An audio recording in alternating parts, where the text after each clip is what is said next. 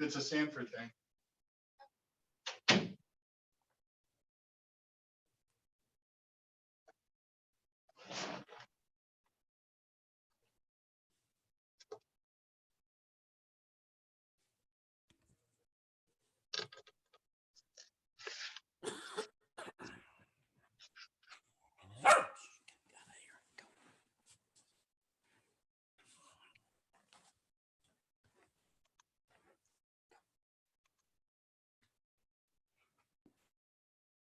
Honey, he's gonna have to come out because if I sneeze, he farts. Come on, buddy. I'm gonna shut you out. Come see mama. Wait on daddy. No, back. Go back. Go back. Back. Back. Back. Love you, buddy. Don't scratch the door.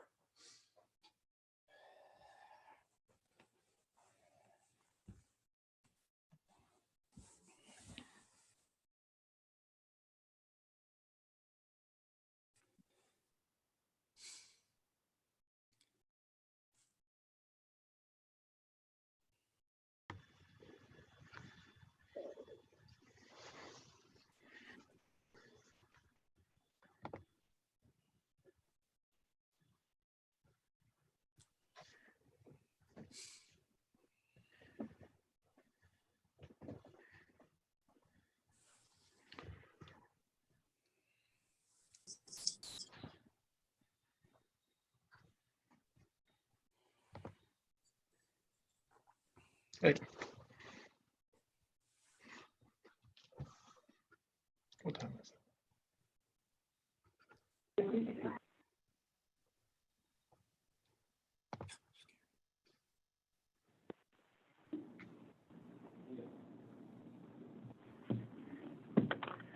They have to see it. I guess you're doing a presentation.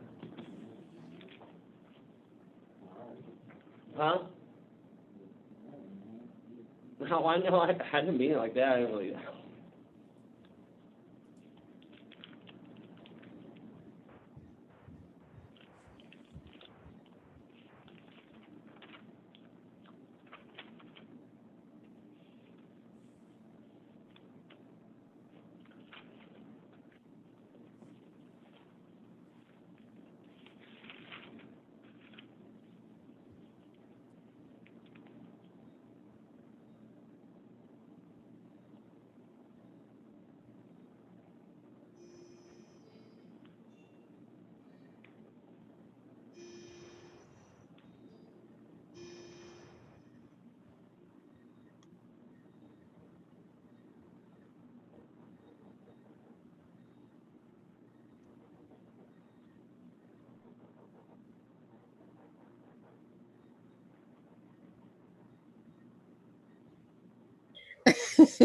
Well, I'm on my store computer. So if you don't, and it doesn't have a camera.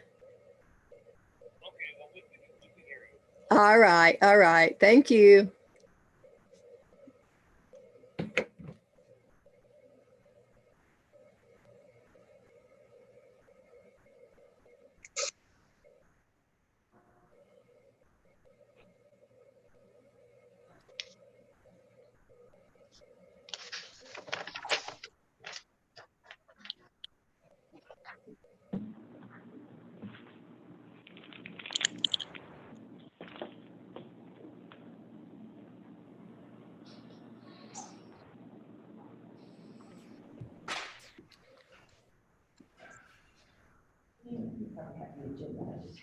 Yeah, I got the agenda, but I couldn't find that. Couldn't find the rest of it. Okay, well, it is 8:30. Let us go ahead and get Hold on, started. Oh, You're Sam? good. You're good. Sam, are we ready? Yes, sir. Someone's trying to come in. I don't know. I think we lost Nathan for a second. He's back.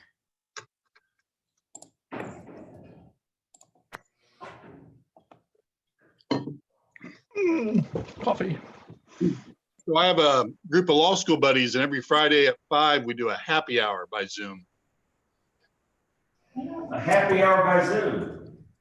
We do what we Wow. can. I saw someone in somewhere else doing that. It was kind of cool. They were setting out the picture of the one person was sitting out in a courtyard.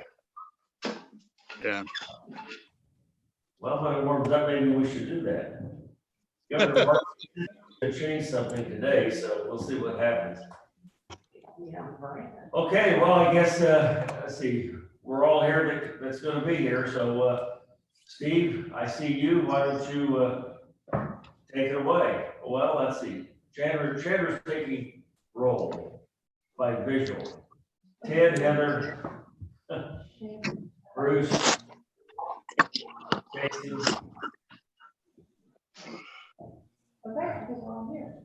Okay. Mr. Childers, good morning. Can't hear you. Turn your volume, unmute yourself.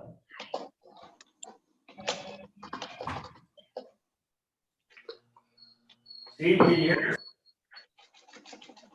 us? We can't hear you.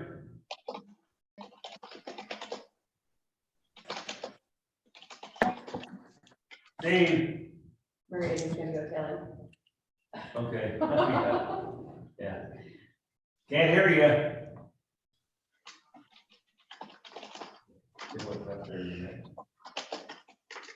I'll see if I can help him. Somebody tell him, there he goes. Steve? He's not muted, so I don't know what's going on. He's not muted. Mm-mm. I see somebody in the background. Oh, you're in that. Yeah, but Tammy got up there. Oh, okay. It takes a little sometimes, just like three of us. All right, we're waiting for Steve to be in, there's Tammy to help him.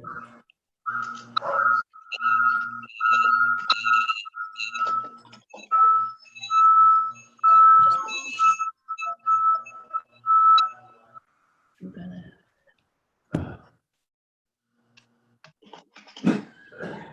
Steve, can't hear you.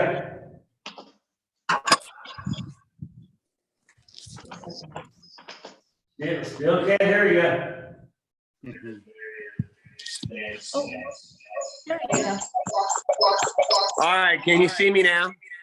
Well, we can see you, but we couldn't hear you. I know, but it's on, and there were.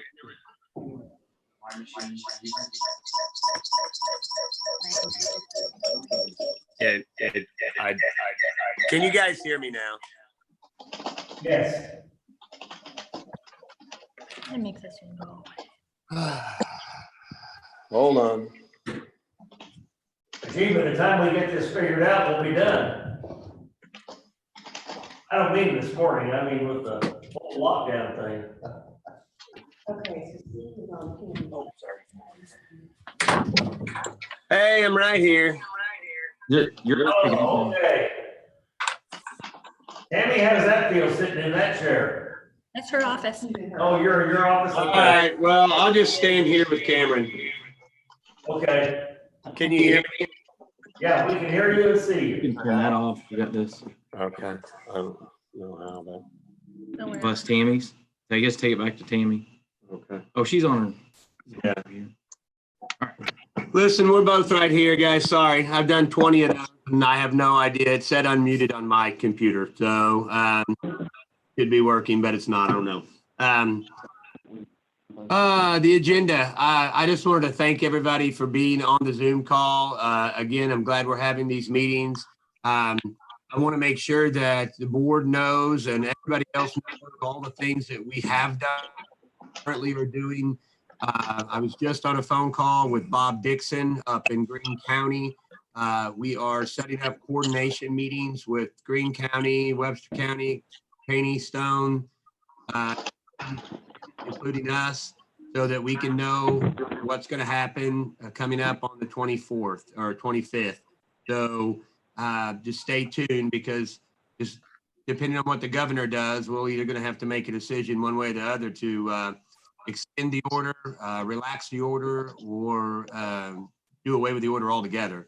And that will be based on data and cases and Christian or health department recommendations. So anyway, I will let Mike get started. Mike is going to bring you up to date on all of the things that the city of Ozark did as an organization. When this all took place, we realized there were a lot of things that we needed to put in place for agencies just as such as this. And so we began immediately to reorganize put a lot of plans in place. So Mike, take it away. I'll let you go through the list. Thank you, guys. Can you hear me? Yeah. Yes. Okay, just want to make sure my volume's down a little bit. My apologies. As Steve said, we started, and you're detailing the package. I'm not gonna read this all to you, but we started back on the 3rd of March in a directors meeting talking about what the impact was going to be of COVID-19. But at the same time, we looked at it from a little different perspective because we wanted to develop the right processes to deal with this crisis, but also to put us in a situation for another crisis, because we know that going forward, there could be something else that could be very catastrophic just to the city of Ozark, a tornado, for example, that would damage a facility and put us out of that facility. So this is kind of the groundwork for developing a longer range continuity plan. A lot of support from the entire team. Immediately, Amanda identified an opportunity to kind of build off of a resource she found from the Missouri Municipal League to put in place a pandemic response plan. That was one of the initial things we did. Steve sent a memo out very early on to the staff, kind of communicating what we were hearing at that time. And then from there, it's been a series of the directors stepping up, identifying employees that were at risk that could work from home. We started to develop a more robust ability to telework. We've developed some strategies and procedures around that. I feel like it's done a good job to kind of, again, protect some of our vulnerable employees. Lots and lots of resources. We've looked to many different avenues to find support. We've looked to the Missouri Municipal League. They've been a valuable resource. We've partnered with AIM, which is an employer association that we've belonged to in the past. We've got support from the Society for Human Resource Management. We've gotten support from a group through the Missouri Extension offices that's called For Missouri. So lots of learnings, lots of opportunities. We've tried to take these out. Another thing that we've done in this process is we've tried to communicate, and Sam has done a great job internally with our employees. She does a great job supporting us when we've got a message to deliver. But we've tried to make sure that our employees know that, for example, that Cigna has waived the cost of testing, that Cigna is going to waive costs of certain deductibles if it's involved in COVID-19 support on health issues. We've also tried to make them aware. We thought it was a good time to just make them aware of our employee assistance program, because folks, you all know, you're all living through it on a daily basis. This has been a very stressful time. So we're trying to make sure that our employees know that they're supported. So I think it's been a good team effort. There's still things that we're learning. It's too early to judge that we've done a good job, but we haven't done a good job. But that's something that we'll do is when we come to a close on this particular crisis with an after action approach. I will say this, that all the departments have kind of put together some critical information that's going to help us as we develop that ongoing continuity plan around prime contacts. How do you get a hold of people? Just things that we need in an emergency situation that I think are going to outlive this particular crisis and prepare us for whatever the next opportunity or next challenge is. I'll also say this, there's just also ongoing employee relations issues that we're dealing with because business hasn't stopped. We're still working. And again, all the departments, directors have stepped up and taken care of those. And we're trying to make sure that their employees are getting the necessary support.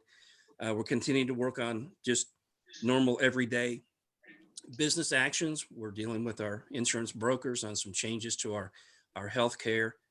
Chandra and Marianne have been working on some workers' comp and some property and liability changes that we're going to make. So we're still trying to work through those and make sure those get implemented in a timely fashion, because we think there's a real benefit to the citizens in some of these changes. So that's kind of where we are from an HR perspective.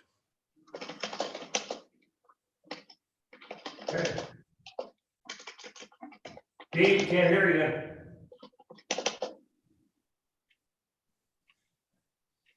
We cannot hear you, Steve.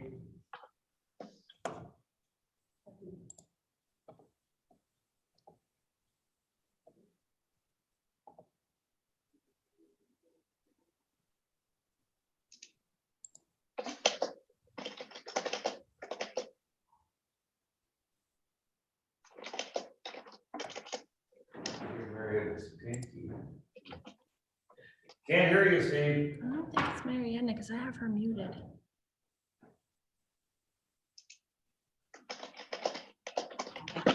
I'm taking my laptop. Okay. Can you hear me? Yeah, we hear you great, Tammy. Thank you. All right, I'll just take my laptop in there. I thought I had it working on his. Okay, guys, I'll keep trying to jump on this phone.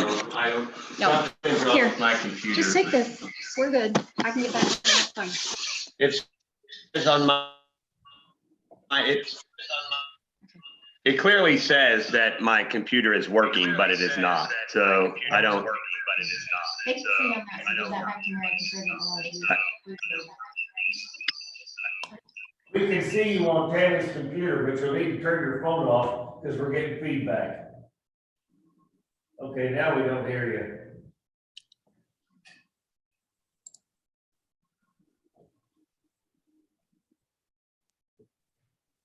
How about now? Yes. All right, sorry. Like I said, it says it's working on my computer, but it's not. So and I've done 20 of these things and I don't understand what's happening. So anyway, I wanted to make sure that you guys knew too of all the social distancing and that we're trying to achieve, through public works, trying to spread people out, people working from home. We're finding everybody we can that can work from home. We've gotten laptops to everyone that needs that. We've loaded the software, we've loaded this firewall, we work with our IT. When you start working from home, that brings an extra level of security issue to you because our employees are accessing our servers.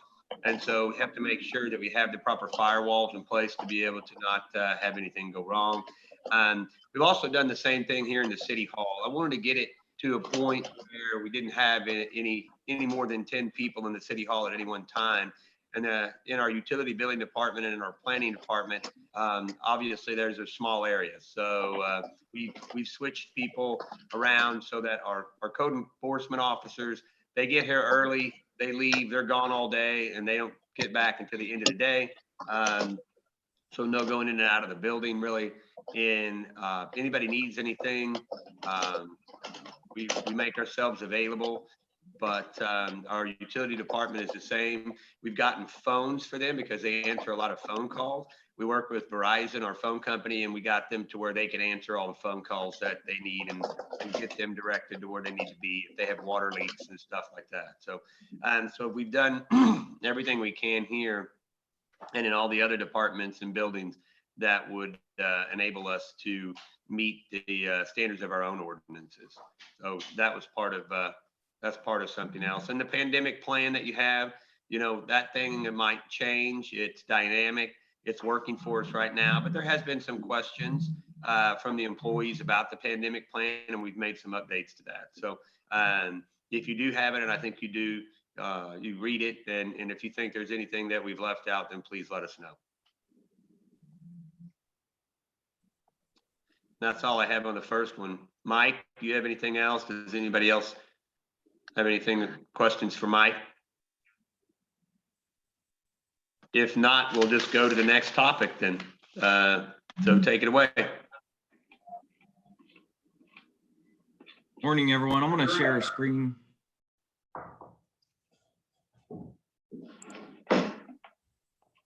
Share a screen with you guys. One of the next item on the agenda is talking about temporary certificate of occupancy permits, or TCOs as we call them. We deal with this nearly every year about this time of year. Currently in our ordinance, the only thing that allows someone to get a temporary occupancy permit is when there's lacking of landscaping or ground cover during the months of March 1st or November 1st to March 1st. So every year we do struggle with this. And so what we've done internally is discuss this and come up with a solution that excites us. And we would are promoting this to where it allows us to issue TCOs year round, not just during those non-growing season months. This will help out a lot of cases in the field. What we're seeing recently, especially with the pandemic, is we're not able to pass an inspection because it's outside the time frame, so they can't get an occupancy permit at all. Mostly this is residential, and we're finding that some homes are getting moved into without an occupancy permit at all. And so our only recourse to that, and we haven't done this yet, is trying to basically evict them from the homes because it's not a legal complying structure, and we don't want to go down that road. Thoughts are to modify the ordinance to allow us to do the TCO year-round temporary occupancy permit so that we can inspect and permit the home internally to make sure all life safety issues are complied to, but allow the builder, developer, the homeowner, whoever to finish the landscaping after they've actually moved in.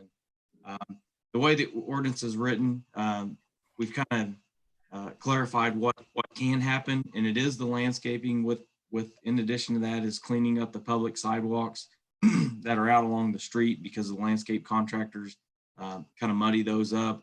And then also the final setting of any kind of utility structures, meter lids.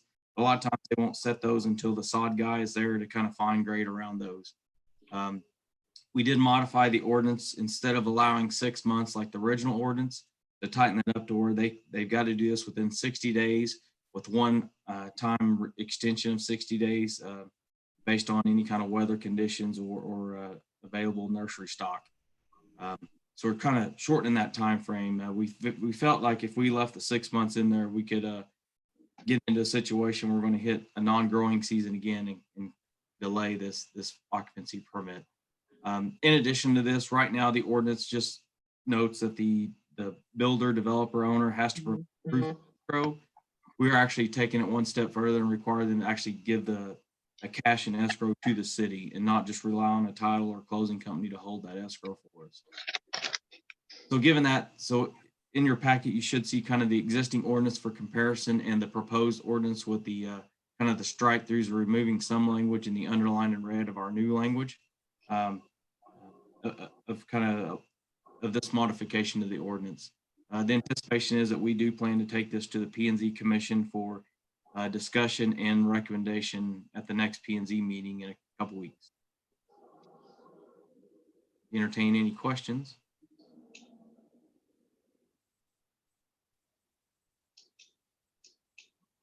Any questions? Apparently not. Does everybody understand what Cameron just said? Yes, I do. Makes sense to me. Yes. Yes. Okay. Okay. All right. Well, then we can quickly move on to the next topic, everybody. So let's just follow along with the agenda. And I think, Jeremy, that brings it up to you. Yep, everybody hear us okay? Yes. Okay. Yes. We're gonna share some screens here and start off with a PowerPoint presentation real quick. We've got a lot of topics to cover, so I'll try to go through this very quickly. And you guys tell me if you're able to see what I'm showing here. Yes. Okay. All right, let's start with South Street.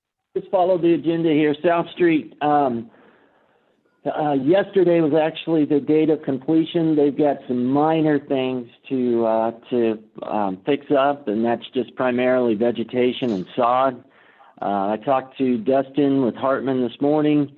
They plan on wrapping that up by the end of day if they can get all the sod in. But I don't know if anyone's been out there.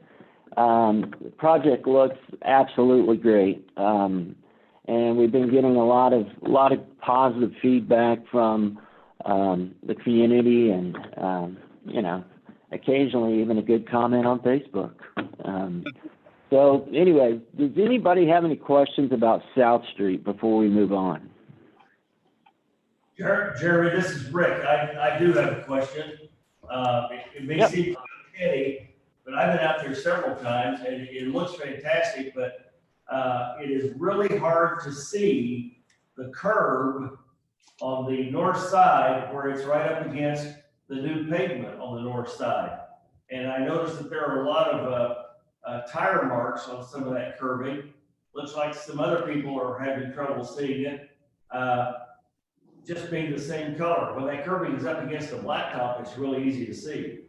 But up against the new Right. pavement, new concrete, it's not. So is that normal, or is that going to get painted, or what are your thoughts?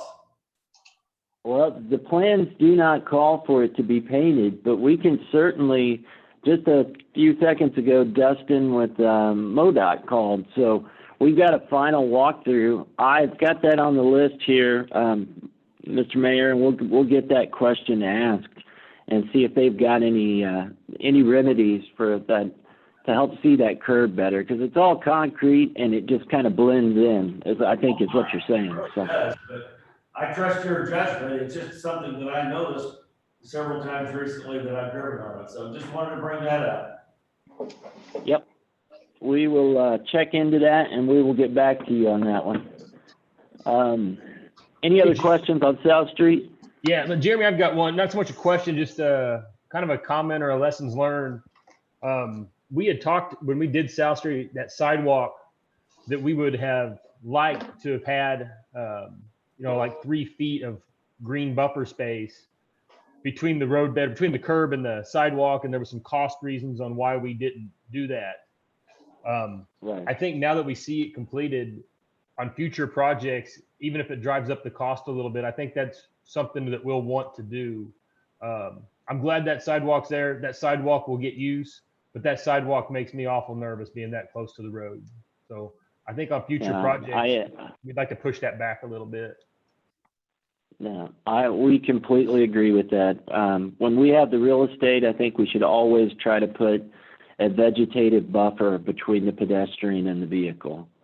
And that also reminds me, on South Street, we spoke with the school the other day, South Elementary. Now that work is completed, they will be taking a sidewalk, which with a significant vegetative buffer along the north side of South Elementary, and that will be completed hopefully by the end of year. But that will eventually connect Thornhill and all those neighborhoods, Walnut Crossing, to the school, and then it'll connect to the west along South Street to Collins Point, and you can get to the Ozark Center from there. So I'm glad you mentioned sidewalks, because we're not done yet. The school has committed to building that, and we allowed them within our IGA to put that off until the main construction crews were out of there. So that should be coming. But point taken, Nathan, that is something we need to look at in the future. So. Jeremy, do you want to bring up the question or answer to the question that we got the other day about access into Come and Go, just in case any of the board members get that same question? Yeah, that'd be fine.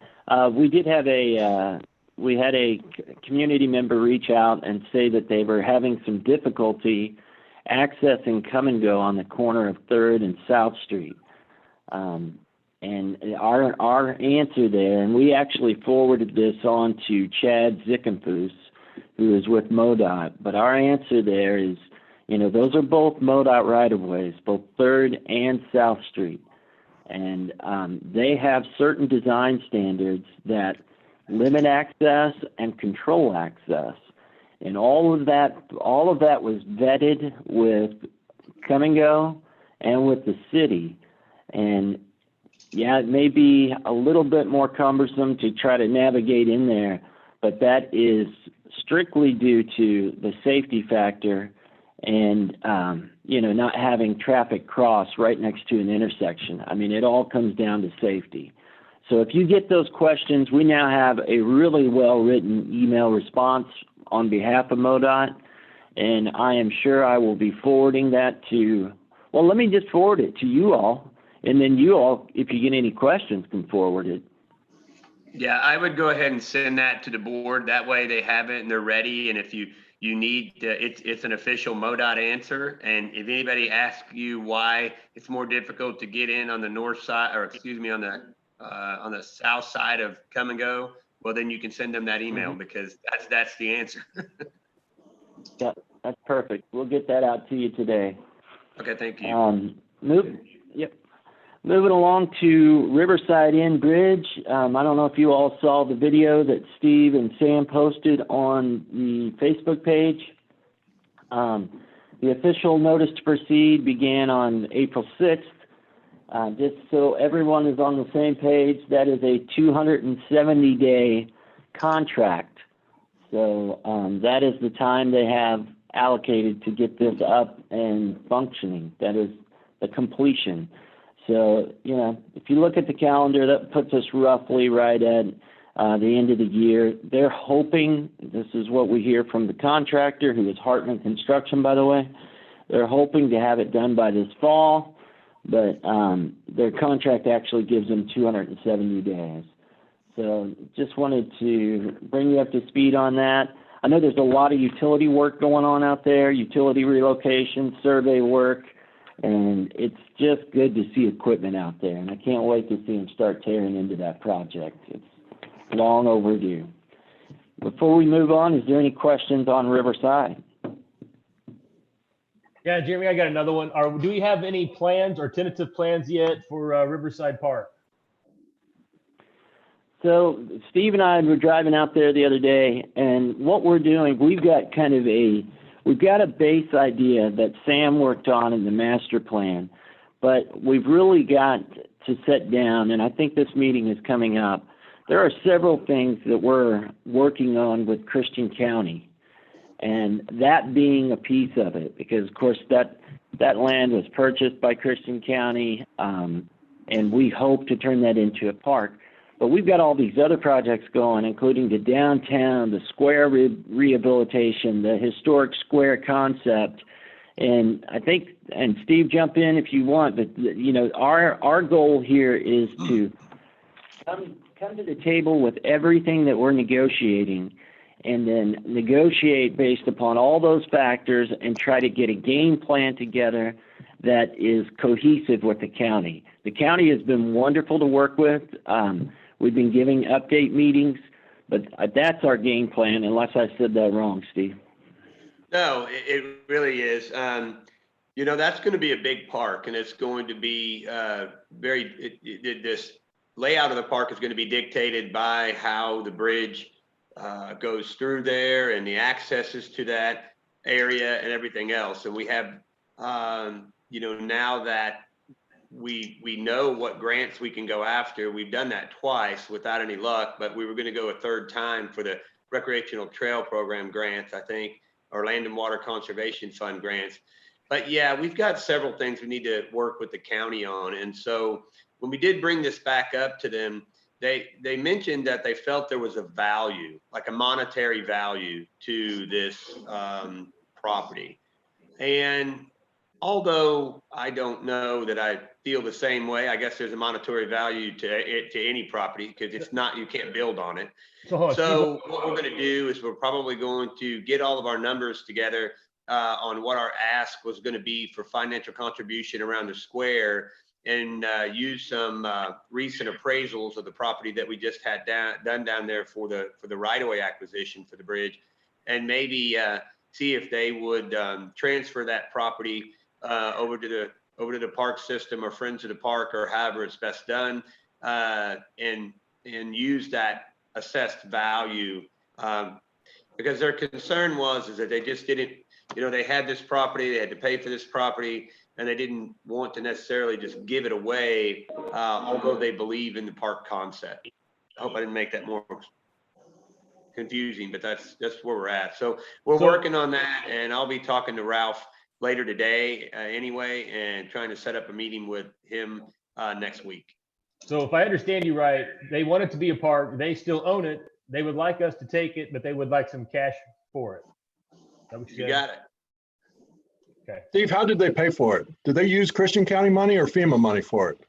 I think the majority of it was FEMA money, but it's my understanding that they had, when they got that FEMA money, they had to put in some county money, you know, like we do sometimes. Like, yeah. So I don't think it's a lot, but at the same time, I don't really think they're asking for a lot. I think it's the optics of it. I think again, I know Ralph is supportive. I know Ralph believes in this project. He just wants to make sure that why we're doing all this conversation about money and transferring funds from one, one area of town to the other, that he can show his constituents that, we're getting something for something. I really think that's what it is. So I think we'll work through it.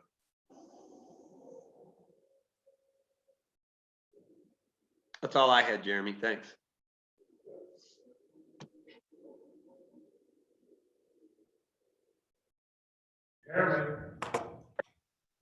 Okay, well, so moving on from the Riverside Bridge project, a couple renderings there.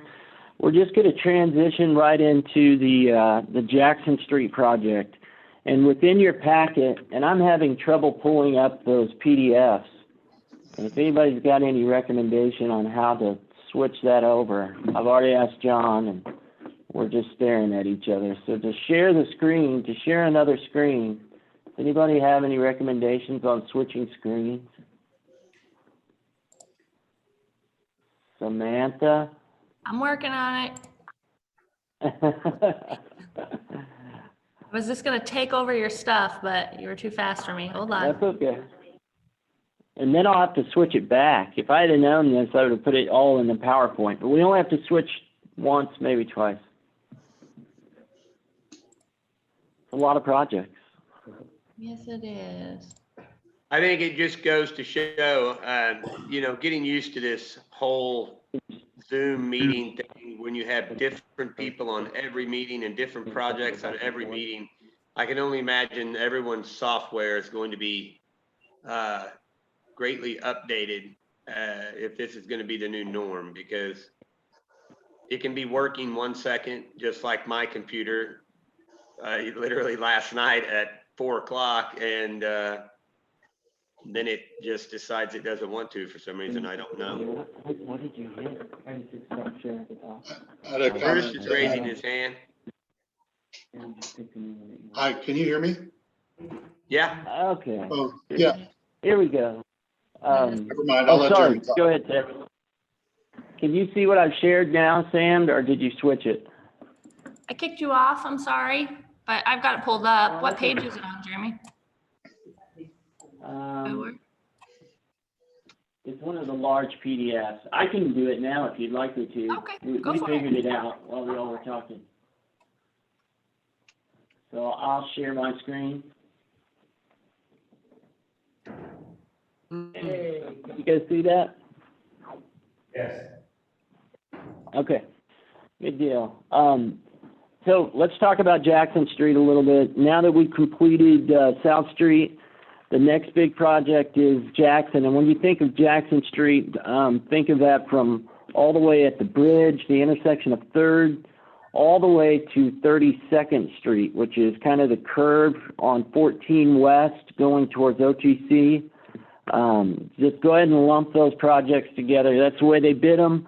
I don't know if they'll exactly fall together with the construction timeline, but that is, I'm just trying to explain what the total scope of work, the total area impact it will be from the bridge all the way to the curve on the west side of town right before OTC. This that you've got in front of you right now is just a really good map to show you the areas that our project specific to the east side will include. So you can see not only the widening, but just go ahead and get this out here. Today I thought Color 10 did a really good story on the grant and the award there and the goals there and the partnerships with the school and parks and everything. So you can now see, I don't know if you can see my cursor, but those 2 underpasses, those grade separated underpasses, you can see the trail connecting to the OC. And we will take that to the north with the grant we just received from the governor just signed off on.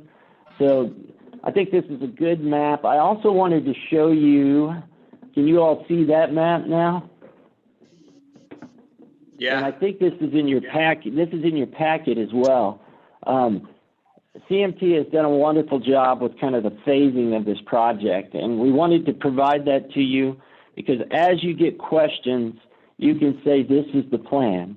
I'm by no means saying that they're not going to deviate. There's a lot of variables out there that could cause them to deviate from this plan. But in terms of staging, construction staging, how they're going to rotate traffic, this is this is a really great map that CMT provided. So I just wanted you guys to have that, you all to have that in your quiver in case you do get questions from the public. Is there anything, any questions specific to this project? Hey, Jeremy, are there any there's no sidewalk improvements with this, is there? We're just going to use the existing sidewalk on the south side of 14? Well, there are some areas that will have to be replaced and improved, specifically just to the west of Cash Saver. Do you see that kind of that red line there, Nathan? Yeah.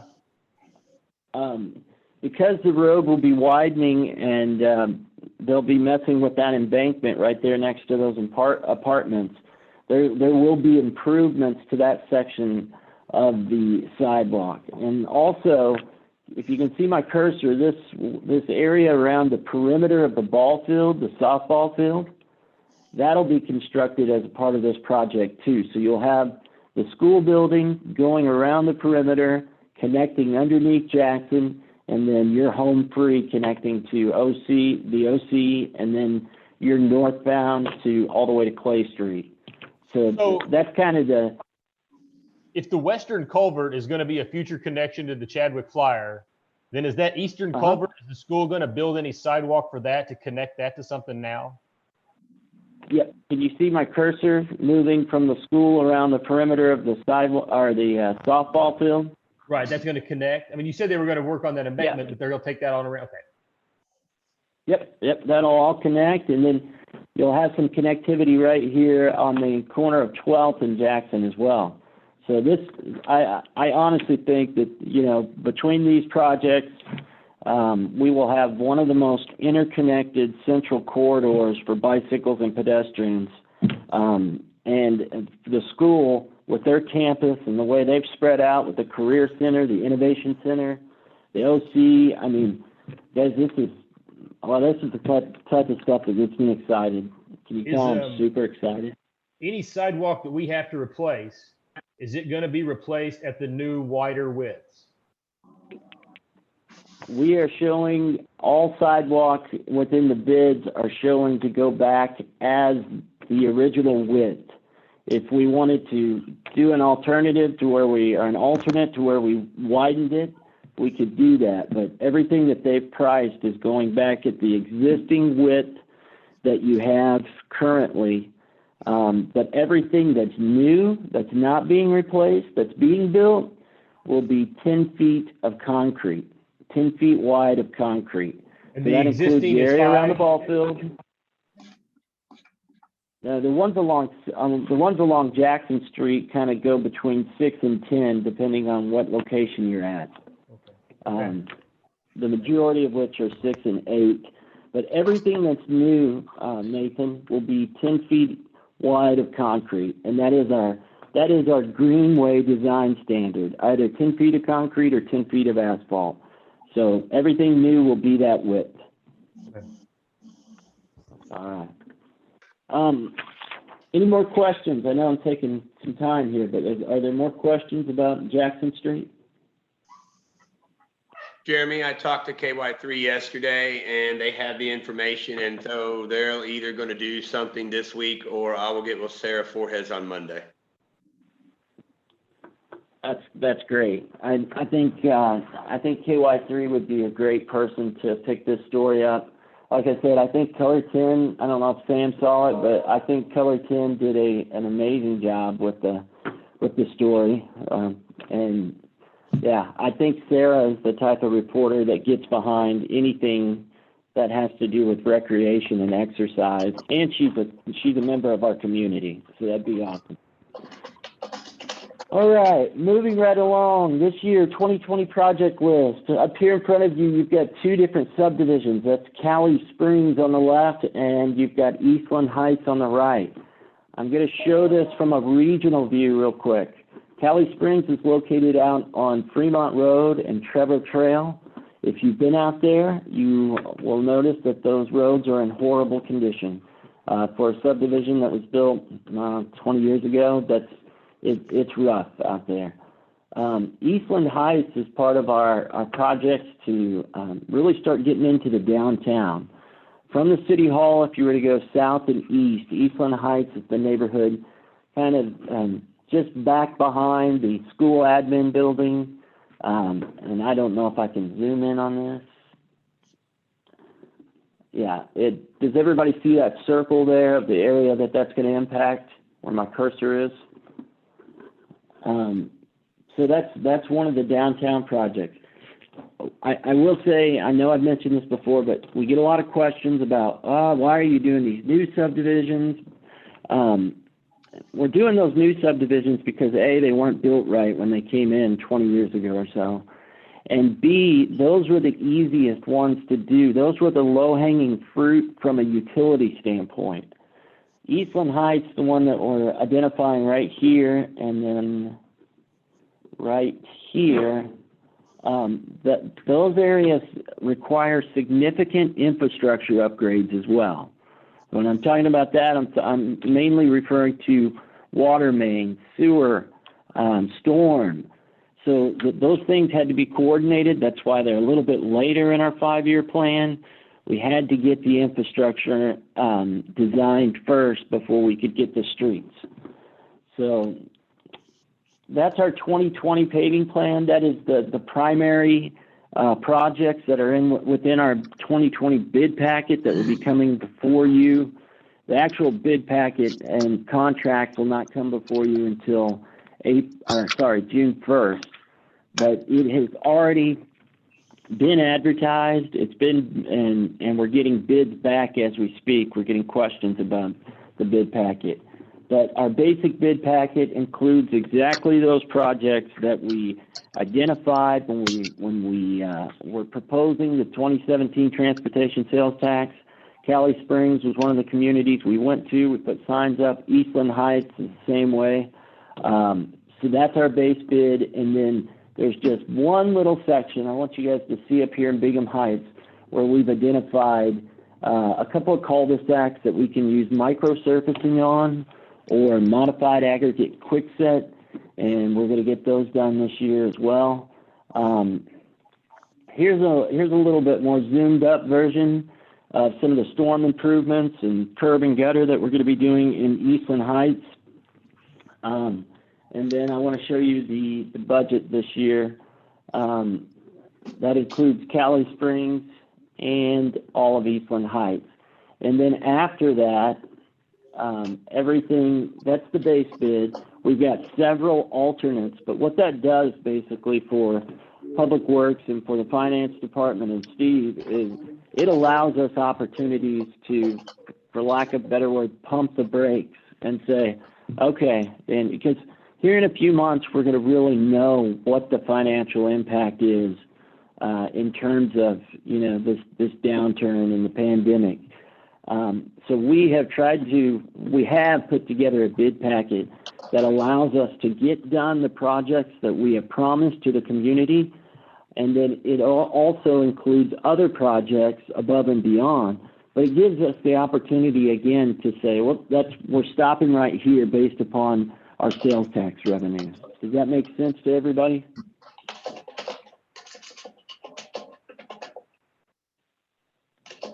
All right, I'm gonna go with yes. And you will see this in much more detail in the packet once it comes to the Board of Aldermen. Any questions about 2020 paving before I move on to the pavement analysis really quickly? Yeah, Jeremy, this is Rick. I've got a question about Bingham Heights and those two cul-de-sacs. Yep. I thought we finished Bingham Heights last year, but apparently the cul-de-sacs were not done. That's correct. The cul-de-sacs did not have any structural issues, and they didn't include it in our bid. And also, you all remember last year was the first time we used modified aggregate quickset out there on CC and 22nd. So that was kind of our pilot project, if you will. Now that we know that'll work, we're going to come back. It is a perfect maintenance remedy for those cul-de-sacs. So we know it works. We know we like the way it looks. We like the way it's holding up. So the pilot project was good to go. Now we're going to go over there and hit those cul-de-sacs real quick. All right, makes sense. Thank you. Yep, you're welcome.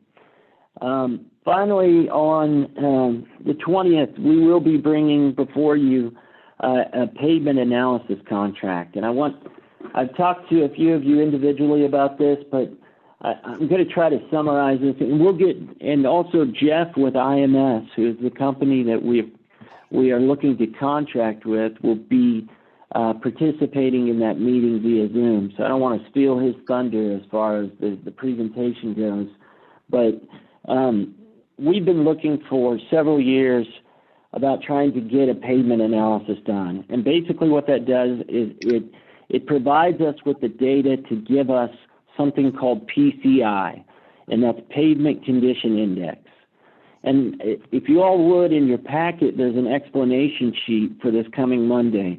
I want you, if you could read that. That explanation sheet tells us, this is why we're doing this. We are trying to make sure moving forward that we utilize the funding that we're getting for the 030 budget and any other budget, but we want to make sure that we are spending it in the most efficient manner.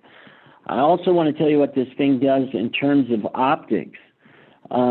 This gives you a very transparent, data-driven plan. When you come up with a pavement condition index, you are quantifying the condition of that road based upon multiple factors. But the condition can go from 0 to 100. We know that certain pavement maintenance programs work better in those streets that rank around 60, and certain work way better those rank around 40. But when I'm talking about transparent, you've actually assigned a number to a street. And what that number does, it allows us to pick the remedy moving forward. It also allows us, if you look on your screen right now, this is kind of our, I'm going to bring this to the front. This is our traditional worst first model that we've used in the past. This is what we've got to get away from. All these streets, when you put these new streets in, they're great, woo, and then they're not. This is what we need to get to. This type of curve right here. That's from a new street, you let it goes down just with overtime, with wear and tear. But this target zone for rehabilitation is what we're looking to hit. I get that we've had to do a lot of worst first lately, and thank God we've got the 2017 transportation sales tax to accomplish those. But moving forward, worst first is not going to be our motto, our methodology. It's going to be spend the appropriate money in this target zone to make sure that we're getting the full life cycle out of our pavement. I hope that makes sense, but it's just trying to be much more efficient and much more frugal and transparent. I get that there's going to be certain projects that as a board or as staff, we want to get those done. But when you get questions from the community, you'll be able to go back to them and say, actually the reason we're doing this street right now is it's a perfect candidate for a mill and fill, or it's a perfect candidate for modified aggregate quickset. And if we don't do that, we'll be ripping it out and replacing it in a few years. We can spend 20% of the cost right now to give us an extra 10 years, as opposed to, a tremendous amount of money to rip it out 10 years from now. Does that make sense? Yeah. Jeremy, you may have already brought this up, and I'm sorry, our internet just kicked all of us up here off, so we're just getting back on. We had to turn the internet back on. The item that you have on your board agenda for Monday night is the study that we are hiring to be done. Did you already talk about that? Yeah, I was just asking them questions about it. But yeah, we walked through the need, that now's the time, the data collection, how it quantifies our streets, how it becomes more, it adds a level of tremendous transparency to our projects. And it helps us in this target zone is what we were talking about, of rehabbing. And then your pavement life cycle drops and then it goes back up, drops and it goes back up, as opposed to what we're currently doing and what we've been forced to do in the past because of budget. The streets are great and then they're not. So, and then right before you jump back on, Steve, I asked for any questions, and I'll ask again. Is there any questions about this process and what we're looking for here? Jeremy, I have several, but do you want to deal with them now or do you want to deal with them Monday? When the other guys here are. Well, that's up to everybody on the call. I mean, if you want to go now, that's fine. If you want to come and meet, because I know you and I talked about this in this presentation probably about 4 months ago. Go ahead and ask the question now. I mean, there's no reason not to ask them now. What I'd like to know, and again, I guess this gives you an extra weekend to think about it. Yeah. So you just mentioned that we ran out and we did a bunch of relatively new neighborhoods with street repavements. You know, Cali Springs you're doing right now, or had already done part of, more coming. Everything off of McCracken over there. We've already done a lot. Now we're going to implement a program that's going to make sure that those streets that we've already paved. Hey, Sam, can you mute everybody else? Thank you. So now we're going to make sure that those streets that have already gotten paved have a program to make sure that they stay in good shape. But I'm not seeing the program that's going to get the rest of the city, which is in really bad shape, into good shape so that it can benefit from this program as well. That makes sense? So my question, I guess, is do we have a program or a plan for those streets that haven't been repaved, that aren't going to benefit from this particular type of maintenance program, and that are going to need the big restoration efforts? You're 100% right. You know, some of these streets are beyond repair, Nathan. There is no magic bullet for any of this stuff that, you know, where you see major structural component failures, or you've got the subgrade punching through, you got potholes, you got heaving. Those are still going to have to be addressed. But right now, you mentioned Apple Creek, you mentioned Waterford. Those subdivisions that were put in before our current design standards have now been put in with much better standards. And here in the next 5 years, we need to start doing very low-cost maintenance programs to those streets to maximize their life cycle. But you nailed it, Nathan. There are streets, and you know exactly where I'm talking about, that there's no hope for them. They're pretty much a little goat path. And it's going to require that we rip those out, re-engineer them, replace the infrastructure. This is just to make sure that moving forward, we don't get in this position again. Yeah, but I want to add to that because, and that is true, but let's use my street, for example, the Village of Hillstone.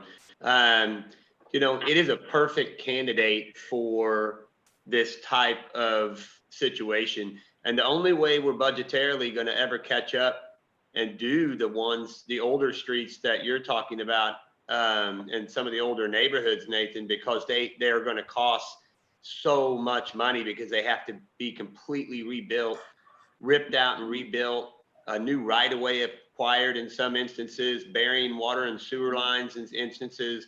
It's going to be such a high expense that it's hard to ever get to those unless you somehow lessen the cost of these other newer streets. Like the Village of Hillstone would cost about $800,000 to $1 million to mill and overlay. And we don't want to do that, but we could spend $100,000 now to get another 10 to 12 years out of that street. And then that 10 to 12 years is buying us that time and that budget we need to go in and do the 9th Street or the the 8, the 7, the 6, whatever ones they are, the older ones. Yeah. I hope that makes sense too. I mean, When I'm asking Yeah. for a plan, this is what I'm asking you and Jeremy to think about. Is we're looking at a downturn in the economy. We're looking at not having as much revenue coming in, and we're still fighting an uphill battle on a use tax. So we don't know what revenues are going to be. And you've laid out a plan to make sure that if everything stayed on track, we would maintain streets that are in good shape, and 5, 10, 15 years down the road, we would build a pot of money that we could use on these more expensive streets. So my question is, there is a bottom to these streets. We cannot let them go below a certain threshold, and we're quickly approaching that threshold on some of these. So given that things aren't going to be good going forward, that the economy isn't going to hold, the revenues aren't going to be true, et cetera, do we have a plan to address these streets that are not going to be part of this maintenance program, but that are getting bad quick? Are we working on a plan to address those? well, the plan's going to be data driven, but the data is also going to be doing the road work's going to be based on the budget. I mean, that's the only answer I have. I mean, the plan will be developed based off of the study that we get, and then we can put a plan in place once we know the actual condition of these roads, and then you'll see a priority list. But it goes back to what Jeremy said. We can create a priority list of good, bad, and ugly, but and I know that there will be some streets that get moved up into the priority list based on the desire of the Board of Aldermen or the staff, or mainly the Board of Aldermen, and say, look, we need this and we want to do it now. So you'll be presented with a list of priorities based on the condition of those roadways and the cost to bring those roadways up to current standards. And you're going to see the whole plethora of that. And then you decide where you move things up and down on the priority list. So I don't think there's two different plans. I think it's all the same plan. Nathan, I think that you will really you'll get into this because A, it is data driven. B, as you put in that data and adjust your budget, it's called an easy street. We actually use paver software right now, but it's called Easy Street software, basically a really fancy spreadsheet.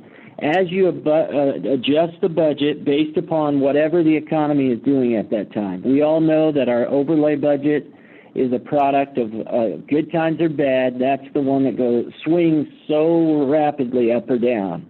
But what that allows us to do is, A, we've got the base data to say here's where our streets are at. B, based upon the budget numbers that you insert, it will kick out a different priority list in line with that number. It's going to kick out a much different priority list if you throw $2 million in there than if you throw $200,000 in there, because it's gonna say, hey, your priorities are to keep what you got together right now. Of course, we'll always be debating this, like Steve said. Some of these, we're not just going to make the spreadsheet, tell us what to do. But it does give us such a solid foundation for no matter what the budget is, no matter how the economic climate is impacting us, here is the highest and best use for the money that you have at this time. How long is the study good for? So this, if I can't remember exactly, but this was somewhere around the neighborhood of 40K, right? So it was just under 40. I think it was like 37. Okay, so we spend this money, they go out there, they scan it, they map it. I know exactly where I'm at today. Based on traffic patterns, et cetera, how long is this data good? It's at least 5 years. They recommend updating it every 5 years, but a lot of communities have gone 10, 15 years with this data because it just doesn't change that often. But yeah, so if you want to look at this on a worst case scenario, Nathan, it's $7,000 a year for the next 5 years, roughly. And I know that next year this time, or the next year, we're going to be saying, man, that was worth $7,000 a year. Look at what we've done. Look how we've salvaged these streets. Look at how we've extended their life. We went and talked to the city of Springfield about this, who was in a very similar situation years ago. If you've driven Springfield for a long time, they have come a long ways with their street department. It's not perfect, but they've come a long ways. We sat down with their entire street crews, kind of their administrative staff, and they said, you know, they just sung the praises of this because it helps them do the best with whatever they're handed by the budget. And I really feel like you're going to be looking at this going, I'm so glad we did that.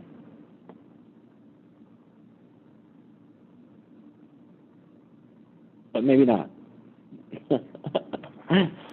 All right, I'm good. That was all I had for Jeremy. Okay. Anyone else? Any questions on this?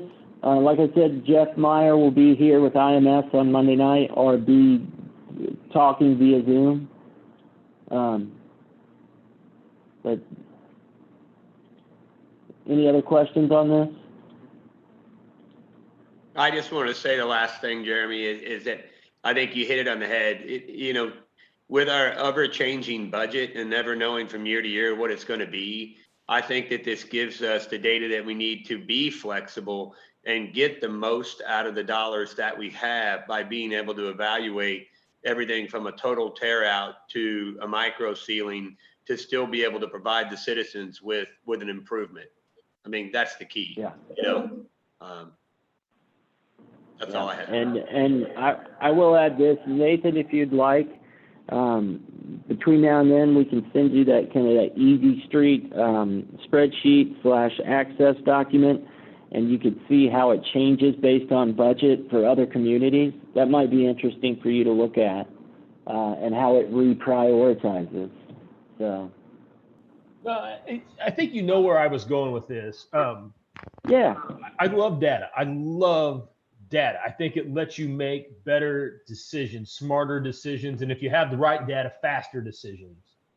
Right.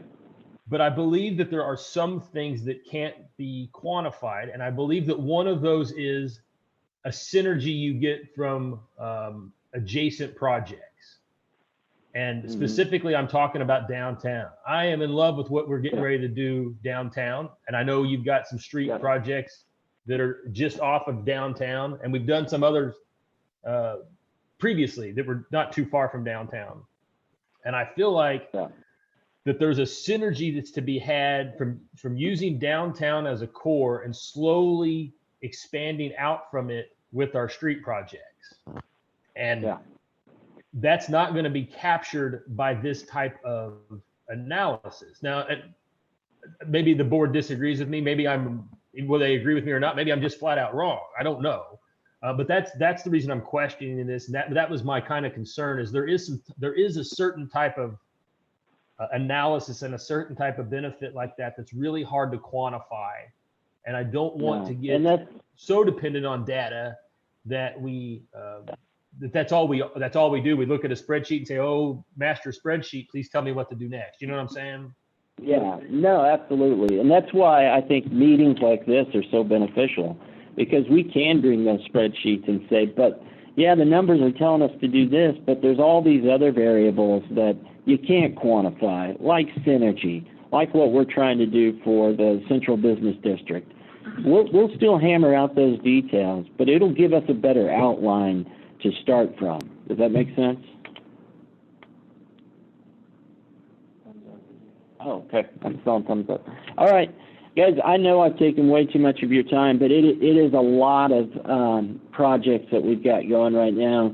This is kind of our busiest time of year in terms of planning, but thank you for bearing with us on that. And if you have any other questions, as always, you can call me, email me, or just ask John. All right, Jeremy, thank you. Samantha, we're going to move on to you. You've got a lot of stuff to tell us too, and so let's talk about that. All right. Okay, so we're gonna go over a couple of things, basically what we've been doing during COVID, our Easter egg delivery, our scavenger hunt, and then kind of the impact that this has had over upcoming programs. This will be pretty quick. This is our fitness center. We've removed all of the equipment out of the way, and then we cleaned and painted, and you can kind of see through the mess here. We've cleaned all the carpet, cleaned the windows. It was a lot of weight to move, and the staff did a really great job with that. It took everybody just to try and prep this stuff, so I'm pretty happy with them. Our aquatic center, we decided to drain. We started with draining the recreation pool, and then we got that all done, and it takes a long time to cure. We usually shut down the pool in August during the same time that the outdoor pool is still open, so we give people another option to, you can go outside so we can get the pool painted and do those types of things. It takes us like 48 hours to kind of prep it. And then they want a long time cure for this paint. The longer you can let it sit without water on it, the longer it will last. You can see on this one right here how clean it looks in comparison to this one that hasn't been done yet. These guys are just working and cleaning right now just to get it scraped down. This paint for the lap pool will be here on Friday, so we'll get that going and have several days to have it get warmed up and ready for people when they come back. As we had the pool drained, we started doing some work inside of our like pump and filter holes. And this is basically when we drained the tank that's back there that holds the water, this is basically what it looked like. This is what it's supposed to look like, clear over here to the right. And just, anytime you have water submerged or metal submerged, you're going to have problems. So the staff have been pretty creative about reusing this and cleaning it and getting it all fixed. So I'm pretty happy with the maintenance, guys. We are working on redoing the 4-H center floors. We get a lot of complaints just because it looks dirty and it's just scuffs and scratches, even though it's not necessarily dirty. It's just people complain about it. So we've got it cleaned down and we're getting ready to refinish it with a kind of a higher quality paint. And so hopefully it'll last longer and it'll be better for us.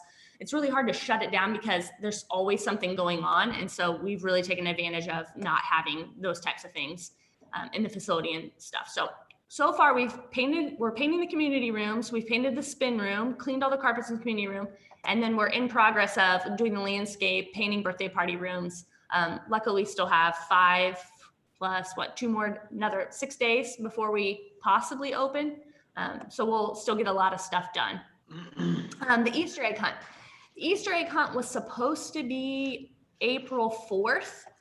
We usually have about 200 people that come down to it. It's a good program. We've done it for years. It's free. We had all of our eggs ready to go. So we were trying to figure out a way to be kind of clever about using them. So we actually put up a thing and just basically invited people to sign up for an Easter egg hunt, and we would bring it to their house. We use gloves and use everything to keep it clean for the people. And then these are just some comments that we received from people. It filled up with 150 kids in 15 minutes. So it was crazy getting the addresses and texting them, because we had to text the parents to say, hey, don't let your kids by the window because they'll see us. So there was a lot of stuff that it took to get that ready to go. But I love this face right here. He's so excited. So that was exciting. We've also started doing fitness classes at home. We bring in a couple of staff. Everybody's kind of stepped up and got that figured out. It took a little bit to get it going because of music rights, and it's a long 45-minute video and it has to be ADA compliant and all these things. So it took a while to get it going, but we've got it launched now, and we release one every day or every 2 days, trying to get it done. We're getting ready to launch some senior ones, and then we'll also have some yoga ones as well. So those are on the way. Hey, Sam. Cool. Yeah. Sorry, I'll raise my hand here. On that last one, can you talk a little bit about how, I just find it unique how difficult it is to actually put these together. Because of all of the requirements that we have to follow that maybe some might not have to follow, ADA requirements and getting approval to use music and all that kind of stuff. Can you just touch on that real quick? Sure. So we have a license that allows us to play certain music. So like, I'm sure you guys seen when someone uploads something to YouTube and it'll get kicked off because of the music that they choose. It's they didn't have the rights to it. So we had to make sure people were wanting to do these at home, but then we had the rights don't really apply there. So we had to have them come in, and it kind of just got a little bit difficult trying to figure out how we were going to do this.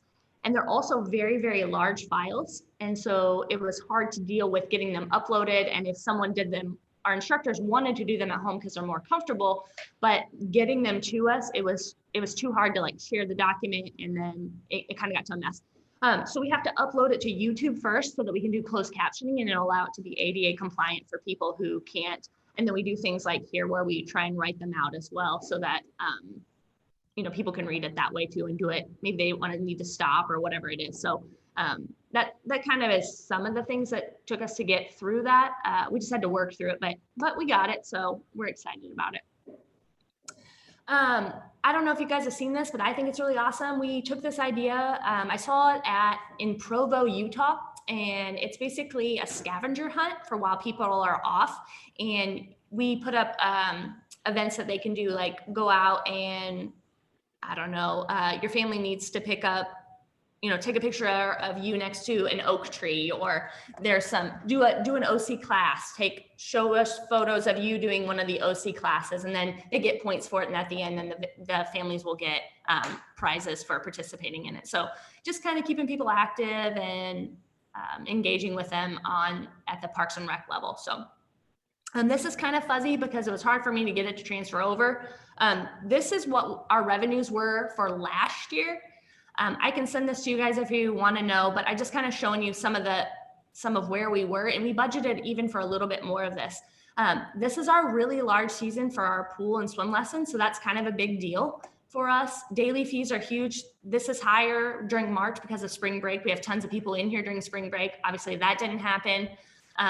Memberships are big still because people are getting ready for summer. And then you'll notice here in May, it's always our largest month. So hopefully we'll be back open by then, because that's a lot of revenues for us to lose. So this is just kind of an example of what we had last year. And obviously you'll see this year's numbers far, far different than that. So,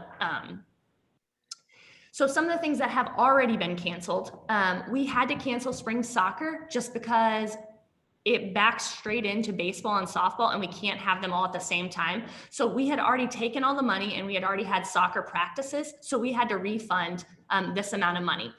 Our kids we had already purchased our t-shirts. So there's an expense that we can't get rid of. And so that's kind of where that is. Let me move this, sorry. Spring volleyball also had to be refunded. It's not as big of a deal. We did have to return $7,500, and we're talking hours and hours worth of work to call all the participants. There were over 400 kids in soccer that we had to call and then re-put the money back on their credit card or issue a check for them. So that took staff a long time. And the same thing goes for membership stuff too. So the two big things that we've got coming up right now that we need to keep in mind is summer camp. We're thinking that because school got canceled and kids didn't have that last interaction, that they'll probably have the highest summer school enrollment that they've ever had before. I'm assuming that most parents are going to want to send their kids back and do that. So I don't know how that's going to impact our kids in summer camp. We usually have the last Saturday in April is generally our registration date for, they all come in and we register for summer camp. And then maybe at the end of the day, we have a few spots open. We're actually doing that online this year. And so we just put it out yesterday, how they do it. We're going to do a Zoom class so we can answer questions for them before it gets there. But basically it'll launch online, and it'll send us emails once all these people do it. And then we have to go back through and then send them their invoices and go from there. So just kind of keep that in mind, that I'm not really sure how that's going to work out, but we're going to do our best to kind of get through it. Softball. So we've got softball and baseball starting. We had to purchase hats because we assumed that we would go ahead. So if this ends up getting canceled, we'll have all of those hats and visors for next year, but that is going to be an expense that we had to decide that we are going to purchase. We're being optimistic and hoping that we can actually continue and hopefully be able to do this since it's outside. It was about $4,000, but if we don't have it, then it becomes a problem if we do actually get to stay open. So this would be the lost revenue that we would have to return if sports can't go on. That will need, the draft for that is May 9th and 10th, I believe. And so they'll start practice that following week. So we've got our fingers crossed that we can continue. Everybody's just acting like we can and kind of doing our best through that. So does anybody have any questions? Hey, Sam, are you looking at in these two, so on the summer camp and the spring sports, do you have a contingency plan? So if we move forward and then the virus kicks up again and we got to lock down again, how to deal with that? Well, it would really be no different than what we already had because we had already launched into it. And so we had already had practices. So it really isn't, it's just sort of a redo than what we did before. The summer camp stuff, because daycares are exempt and they have some regulations, so we might have to change how we do that. We're probably already going to have to change it because of the way a lot of the places might not be open that we are planning on taking our kids to. So we're going to have to reshuffle everything. And then we also are looking at, let's say that they open it up, just pick a day, May 1st. I don't even know what day of the week that is. Let's say that, okay, the stay-at-home order's up May 1st. Well, from May 1st to when summer camp would start, we will probably offer a day camp. But then again, we're sort of just waiting to find out what the regulations are. Like, are they going to set it to where, is it a weaning process? Can you only have 10? Can you only have 25? So we're kind of just sitting here in limbo until there's some decisions made, but we're trying to plan as best as we can so that we're ready to go. But like I said, it's really, really hard. We've got staff on. We are way ahead of everyone else because we start hiring and doing our interviews before spring break. So all of our summer camp counselors are already hired. I feel good because I talked to Matt over there in Nixa and he hasn't done one interview and has no summer camp counselors. So I'm like, haha, I snatched them up before he did. So we're doing good and we've got a good pick of people that we can use. So I'm glad that we worked so far ahead because it'll make things a lot easier for us. But yeah, we're just going to have to kind of roll with the punches the best that we can and make decisions based off of whatever the parameters are that are set beside us. But we plan for the best and plan for the worst and then just kind of land where we land. So. I also wanted to say, I thought that the cleaning pics were awesome. I know you and I have talked about this and you have some hesitation about sharing them, but I think you should. I think if the OC members saw what you were doing, that they would overwhelm you with praise. We like praise. That's fun. Well, and I think we talked about that the other day, and we've really taken to heart what you said, Nathan, and you too, Ted.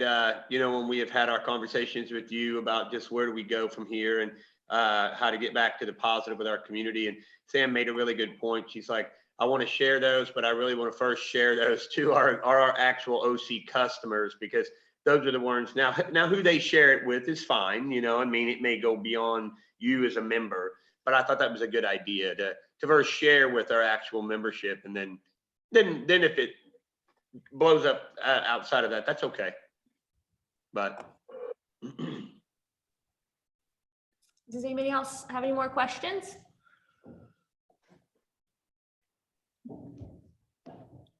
Any more questions to Sam? Yeah. Sorry, I did. I had two more. Sorry, Sam. Okay. You had put an item in the budget for new equipment, right? Is this the year we were getting new fitness equipment or new cardio equipment, one or the other? Yeah, but I think that actually falls at the end of the year and it's a lease. So it's not exactly the same situation. I think that actually comes first out of the 2021 budget, the new fitness equipment lease, because we don't actually get it. It kind of comes delivered in at the end of the year. And so I think that first bill actually hits in 2021. So that's actually not showing in that budget. New equipment was like the mats for the gym. We've tried to scale back on a lot of that stuff because we've lost revenue, but we've also kind of cut salaries too with part-time staff. So we're hoping that maybe we can kind of do a big, huge kickoff in May and hopefully it'll all be open and people really want to come back and see how clean and nice and stuff the facility is. So that's sort of our hope right now. And then my last comment was dog poop bags. We've got a lot of people out there using the trails and stuff. Is there anything we could do to start getting doggy bags out there? Actually, so we just, two things. We have Cameron's smiling, I can see his face. So today on the Facebook page, I took a picture of it. And so we're working on getting that. It's really super hard in the spring for us to keep trash cans down there because, you know, I mean, think of how many times we've already flooded. So we're constantly running down there and yanking everything back up and then putting it back out. So we try and watch the weather and make sure that doesn't, we're also not littering also down the river. And so we'll look at getting some of them. They're a little more expensive than you think that they are. So we had them budgeted, but we were just sort of like waiting. Truman, Isabel actually also did a video yesterday, which we'll post on the PD's page today, reminding people that yes, you can get outside. Yes, you can walk the trails. We encourage it, but please don't, you know, pick up after your dogs, stay 6 feet apart. It's a pretty good video. So that'll be out later today. So hopefully just those reminders will help people. I don't know if it's best if we maybe put like one container here at the OC or down at the center. It's just hard because it's a flooded area. And so the spring is a really rough time for us to have that stuff down there. Yeah, I get that. If we can do something, I'd like to though. Mm-hmm. Okay, Steve, anything? But guys, if there's not any more, I would just like to give a quick update. Like I said, you know, I want you to know that we're communicating with our regional partners all the time. We've got a really important deadline coming up on at 12:01 on the 25th, and that's going to be our order. The governor may do something. None of us know what the governor is going to do. If the governor does extend it, it'll probably be a week.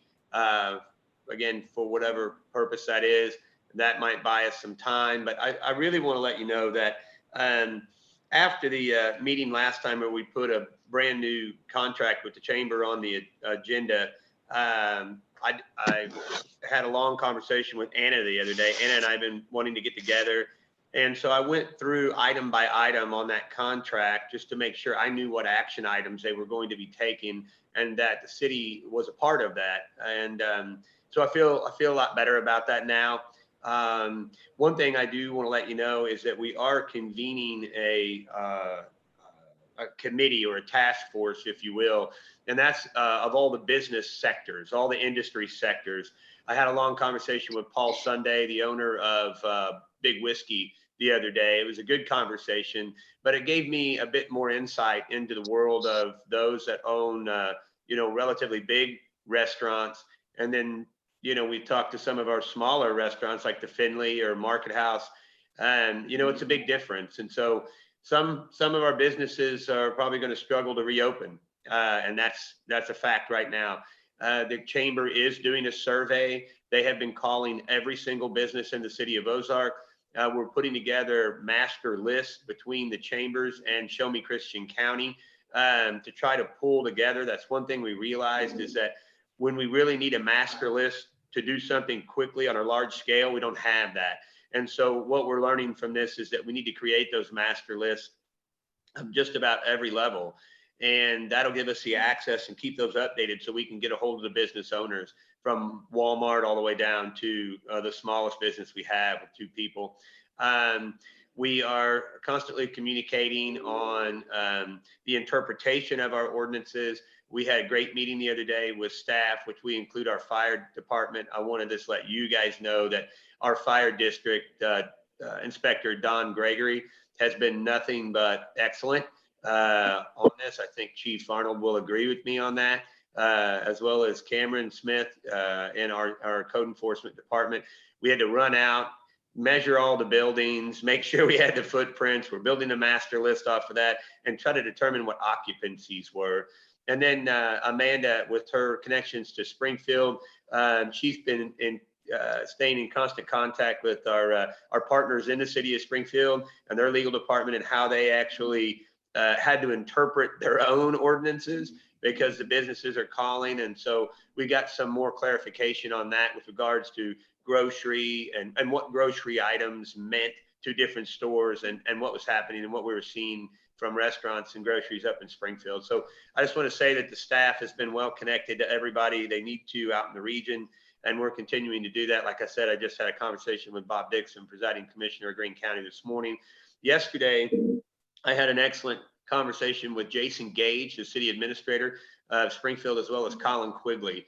Assistant City Administrator of Springfield. And we got to talk a lot about different things, projection of budgets, revenue downfalls, what they're doing, what ideas that they're having to look at. They're not making any different changes than we are right now budgetarily, other than, hiring freezes and, the purchasing of only necessary items and going forward with the evaluation of what's a necessary project and what isn't. Obviously, we'll have a decision to make for Jeremy coming up in June or July about just how big of an asphalt contract we can actually accept. You may have to see that, we may have to make a budget amendment to that. But we're doing all those things and we're looking at all those numbers. One thing I had Mary do is I thought it would be at least interesting. I think it's important that we really understand what our local economy is and what it is made up of. And there's no getting around the fact that retail sales tax is our primary revenue source. When you look at the 2.375% of, and the 5 different sales taxes we have, it's over $6 million. I mean, that's everything to us. And so if we're going to replace that, we'll be so fortunate as to see the loss in that replaced by a use tax. I hope things go well. But if not, we have to look at our budget and make some modifications. But anyway, we're doing all those things. And I just wanted to let you know, and one of the things that, we haven't thought of doing, but we're narrowing down on understanding our own economy is, I had Mary take the information from our top 12 biggest restaurant generators, because I'm curious to know just what percentage of our revenue is made up from those restaurants. I mean, I don't know that. I don't know that any of us know that. And although that is proprietary information and only Mary and I have access to through the Department of Revenue, that we have to sign an agreement to not share with anybody specifically, that's okay, because we're looking at those things. And I just wanted to let you know that from an administration standpoint, with finding the right equipment to allow for our people to work from home, whether that be computers or whether that be phones or whether that be the right software, we're doing that. Making sure that we're trying not to double up in the trucks if we don't have to. Sometimes you do because of the project, but